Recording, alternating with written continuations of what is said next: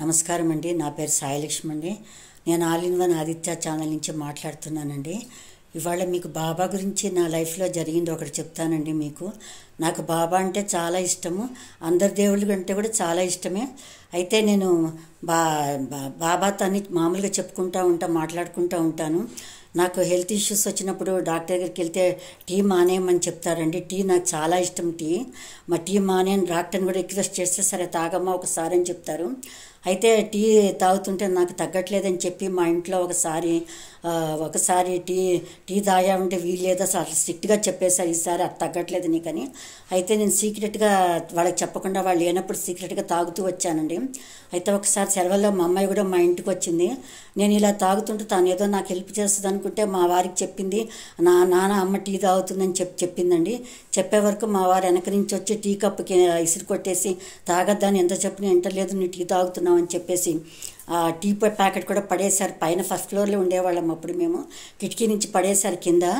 నాకు చాలా బాధేసింది. టీ తాగండి నేను అసలు ఉండలేనండి, చాలా ఇష్టం టీ అంటే. అయితే బాబాతో చెప్పుకొని బాధపడ్డాను.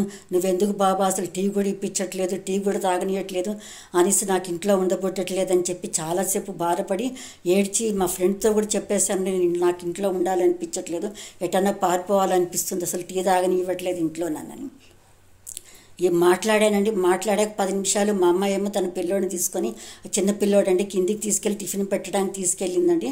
తీసుకెళ్ళి అప్పుడు పైకి వచ్చి అమ్మ ఒక ఆయన బాబాలాగా ఉన్నారమ్మ, వస్తావా కిందికి, నీకు ఇష్టం కదా ఆయనకి ఏదైనా భిక్ష చేస్తావా అని అడిగిందండి మా అమ్మాయి. మా అమ్మాయి మీద కూడా కోపంగా ఉన్నాను కదండి, అందుకని నేను రానిపోదని కసురుకున్నానండి. తను వెళ్ళిపోయింది. కాసేపటికి నాకు కూడా వెళ్ళాలనిపించి నేను ఏదో యాపిల్ కాయ డబ్బులు తీసుకొని ఆయనకు వేద్దామని వెళ్ళానండి. వెళ్తే ఆయనకి ఇస్తుంటే ఆయన నాకు టీ పోస్తా, సేమ్ బాబాలాగానే ఉన్నారండి. టీ పోస్తావమ్మా, టీ ఇస్తావమ్మా అని అడిగారండి. అడిగే వరకు సరేనని తీసుకొస్తుంటే మా వాచ్మెన్ కూడా రానిలేదు లోపలికి. నాది బాధ్యత, నేను తీసుకొస్తానని చెప్పి ఆయన పైకి తీసుకొచ్చానండి. ఆయన పైకి తీసుకొచ్చి మా సోఫా మీద కూర్చోపెట్టి ఆయన కాళ్ళ దగ్గర కూర్చున్నా. నా దృష్టిలో వారు బాబా అండి. కాళ్ళ దగ్గర కూర్చుంటే ఆయన నా తల నిమురుతున్నారు. నాకు ఎవరైనా మాట అంటే చాలా కోపం వస్తుంది, బాధేస్తుందండి. చెప్తున్న తల నిమురుతూ ఆయన 60 ఏళ్ళు అలా ఉంటే సేమ్ బాబాలా ఉన్నారు. కోపం తగ్గించుకోమా, మంచి మాటలు మాట్లాడు, అట్లా ఇట్లా అంటున్నారండి. షిరిడి ఎప్పుడు వెళ్తావు అప్పటి వరకు నేను వెళ్ళలేదండి. ఎప్పుడు వెళ్తావు ఇలాగే మాట్లాడుతున్నారండి. మంచిగా ఉండు, నలుగురితో మంచిగా ఉండు, మంచి పనులు చెయ్యి, కోపం వద్దమ్మా అని ఇలా చెప్తా ఉన్నారండి. నాకు తల నిమురుతూ అప్పుడు అంతలోకి మా అమ్మాయి పైకి వచ్చిందండి. 2 కప్పుల్లో తీసుకొచ్చింది, టీ తీసుకొచ్చిందండి. టీ ఎవరు 2 ఎందుకు అమ్మ అంటే, ఒకటి నీకు ఒకటి వారికి అమ్మ అని చెప్పిందండి. ఒక్క క్షణంలో మార్చేశారు చూడండి, వచ్చింది బాబా అనమాట అండి. ఒక్క క్షణంలో మా అమ్మాయి మనసు మార్చేసి ఒక కప్పు నాకు ఇచ్చింది, చక్కగా తాగేశారు. ఒకటి నీకు అని చెప్పిందండి, ఒకటి బాబా తాగేశారు. ఇక ఇమీడియట్గా మా వారు కూడా బయటికి వెళ్తూ మారిపోయి అందరి మనసులు మార్చేశారండి వారు ఇమీడియట్గా. మా వారు కూడా ఎక్కువ తాగొద్దు సాయి, ఒకసారే తాగు టీ అని చెప్పారండి. మా అబ్బాయి కూడా ఆఫీస్కి వెళ్తూ ఒకసారే తాగమ్మా, ఎక్కువ తాగద్దమ్మా అని చెప్పారు. అలానండి చూడండి, మన నమ్మకం అండి. మనకి ఏది నమ్మకం ఉంటే అలా జరుగుద్ది. అది నేను నిజంగా మర్చిపోలేను. నా లైఫ్లో ఎంతసేపు, గంట పైగా 2 గంటల పైగా కూర్చుకున్నారు. ఒక్క నిమిషంలో నా బాధ అంతా తీర్చేసి మా ఇంట్లో అందరి మనసులు ఒక్క క్షణంలో మార్చి పడేశారండి స్వామి తలుచుకుంటే కాందేముందండి, బాబా తలుచుకుంటే ఏదన్నా జరుగుద్దండి. నవగ్రహాలు కూడా గురువులకి లోకువేనండి. గురువుల అనుగ్రహంతో నవగ్రహాలు కూడా, గురువులు ఎలా చెప్తే అలా నవగ్రహాలు కూడా వాళ్ళ అధీనంలోనే ఉంటాయండి.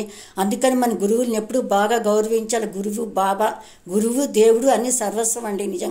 నిజంగా నాకు అట్లా జరిగిందండి. నాకు అప్పటి నుంచి చాలా ఇష్టం అండి బాబా అంటే. కూర్చున్నారండి, 2-3 గంటలు కూర్చున్నారు మా ఇంట్లో. ఇంకా అన్నం తింటారంటే వద్దంటారు. పోనీ బట్టలు కావాలండి, డబ్బులు కావాలండి, ఎన్ని అడిగినా ఏది వద్దన్నారండి. ఆ టీ మాత్రమే తాగారు. ఒక 2 గంటల సేపు రిలాక్స్గా కూర్చున్నారు. చక్కగా నాకు మంచి మాటలు చెప్తూ నా తల నిమిరారండి. తర్వాత ఇంకా ఆయన కిందికి తీసుకెళ్ళి నేనే సాగనింపు వచ్చానండి. ఇంకొక నిమిషం అయినాక మళ్ళీ చూస్తే నాకు ఆయన కనిపించలేదండి. సో వచ్చింది బాబా అండి. అది నాకు నిజంగా నా లైఫ్లో మరవలేనండి. నాకు ఆయన ఈ రోజు వరకు కూడా నేను టీ తాగుతూనే ఉన్నానండి. 10 ఏళ్ళు అయింది ఈ సంఘటన జరిగి. అసలు నిజంగా చాలా మిరాకిల్ జరిగిందండి నా లైఫ్లో.